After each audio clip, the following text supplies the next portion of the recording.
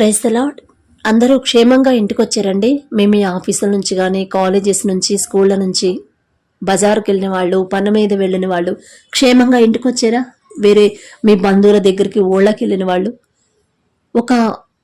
ఒక వార్త చెప్తానండి. పొద్దున్న నేను పేపర్లో చదివాను. ఒక అతను ఉన్నాడు, ఒక బ్రదరు. ఆయన రైల్వే ట్రాక్ లైన్మెన్ అంటండి. లైన్మెన్ అయితే నిన్న జరిగింది ఇది, తెలంగాణలోనే జరిగింది. అయితే ఆయనకి భోజనం తీసుకెళ్ళింది వాళ్ళ మిస్సెస్. మధ్యాహ్నం భోజనం తీసుకెళ్ళింది. ఆయనకి 2 పిల్లలు, ఆడపిల్లలు. అయితే నిన్న సండే కదా, 2 పిల్లలు కూడా ఆమెతో పాటు తీసుకెళ్తే సరే తీసుకెళ్లారు, భోజనం చేశారు. చేసిన తర్వాత మరి వచ్చేయాలి కదా ఇంటికి. సరే వెళ్తున్నామండి అని చెప్పానంటే, ఇక్కడ డ్యూటీ కూడా అయిపోవచ్చిందిలే, ఉండండి కూర్చుండి, నేను వస్తాను, డ్యూటీ దిగుతాను కదా, వెళ్ళిపోదామని చెప్పినని ఆ పిల్లల్ని ఆమెని కూర్చోబెట్టాడంట. ఒక పక్కన కూర్చోబెడితే వీళ్ళు మాట్లాడుకుంటా ఉన్నారు భార్య భర్తలు.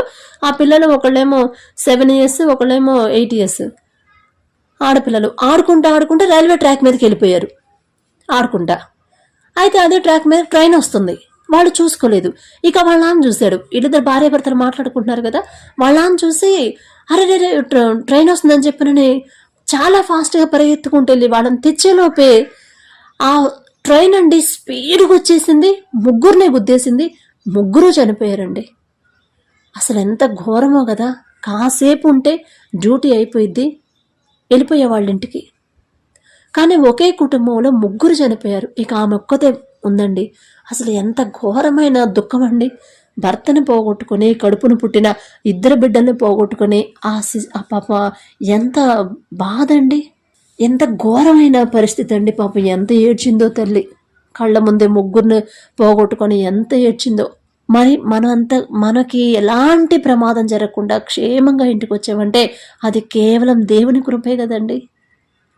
అందును బట్టి తండ్రికి కృతజ్ఞతలు చెప్తామా? కళ్ళు మూసుకోండి. కృపగల దేవా మీకే స్తోత్రం, రాజాది రాజా మీకు స్తోత్రం, దేవాతి దేవా మీకే స్తోత్రం. తండ్రి, ఏ పాటి వారం ప్రభా, ఈ దినమంతా మీ చల్లని రెక్కల క్రింద భద్రపరచడానికి మేమే పాటి వారం నా తండ్రి. క్షేమంగా ఇంటికి వచ్చామంటే ప్రభా అది కేవలం మీ కృపే. మా చుట్టుపక్కల ఎన్నో యాక్సిడెంట్లు జరుగుతున్నాయి, ఎన్నో ప్రమాదాలు జరుగుతున్నాయి.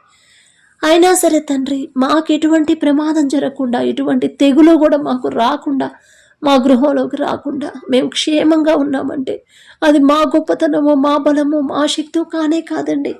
కేవలం మీ కృపే ప్రభా. ఏ పాటి వారం నా తండ్రి, మీ కాపుదల మా మీద ఉంచడానికి మేమే పాటి వారం ప్రభా. మాకన్నా గొప్ప ఉద్యోగాలు చేసేవాళ్ళు, మాకన్నా మంచి జీతాలు తీసుకునేవాళ్ళు, మాకన్నా మంచి తెలివి గల వాళ్ళు, బలవంతులు నా తండ్రి మరణించి ఉండొచ్చు నా తండ్రి. కానీ మేము ఇంకా సజీవంగానే ఉన్నామంటే అది కేవలం మీ కృపే కానీ మా గొప్పతనం కాదు నా తండ్రి. అందును బట్టి మీకు ఏమిచ్చి మీ రుణం తీర్చుకోగలం ప్రభా, ఏమిచ్చి మీ రుణం తీర్చుకోగలం నా తండ్రి. కృతజ్ఞతలు చెప్పడం తప్ప ఏమీ చేయలేని వాళ్ళం నా తండ్రి. పడకల మీదకి వచ్చి ఉండగా సుఖమైన నిద్ర, చురుకైన మెలకువ మీద దయచేయండి. మా పడకల చుట్టూ, మా గృహం చుట్టూ మీ యొక్క రక్షణ కంచె వేయండి నా తండ్రి. మీ రక్షణ కంచె వేయకపోతే మేమెప్పుడో ప్రభా మరణించి ఉండేవాళ్ళం నా తండ్రి.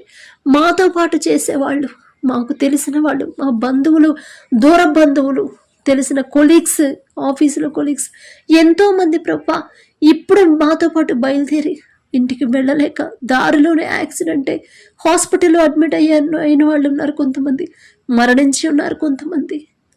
మేమే పాటి వారం నా తండ్రి. మీ కాపుదల మాకు ఇవ్వడానికి మేమెంత, మా బ్రతుకెంత, మా భక్తి ఎంత ప్రభా.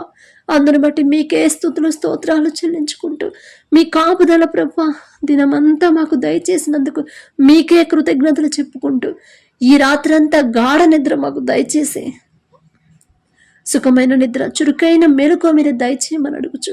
మీ కాపుదల ప్రభా ఎప్పుడు మాకు ఉంచమని అడుగుచు. అడిగే అర్హత లేదు, పొందుకునే అర్హత అంతకన్నా మాకు లేదు నా తండ్రి. అయినా జాలిగల దేవా మాకు కూడా మీ కాపుదల ఉంచమని అడుగుచు. యేసు నామములో అడుగుచున్నాం తండ్రి, ఆమేన్.